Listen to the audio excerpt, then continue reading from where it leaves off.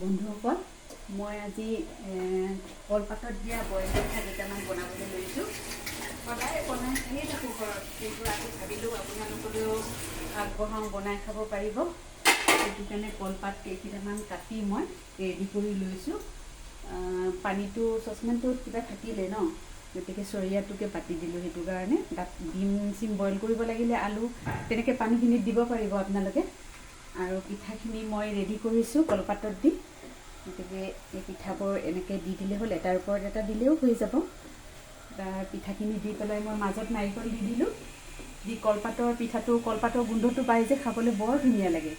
সেইটো কাৰণে মই মাজে মাজে ৰোল কৰি বনাওঁ। আজি আকৌ চেপেটা কৰিও তেনেকৈ দিলোঁ মই পিঠাবোৰ। তাৰপিছত এতিয়া এটা ঢাকনি দিম ওপৰত। দিয়াৰ পিছত 10 মিনিট সময়, বেছি নালাগে। তাৰপিছত ডিমটোও বইল হ'ল, মোৰ পিঠাকেইটাও হৈ যাব। আপোনালোকে চাহৰ লগত খাব পাৰিব, কোনোবা আহিলে দিবও পাৰিব। তেনেকৈ আৰু কলপাতৰ পিঠা একদম ইজি প্ৰচেছ। চাউলৰ গুড়ি, নাৰিকল, চেনি, ইলাচি আৰু কলপাত কেইখিলামান হ'লে হৈ গ'ল।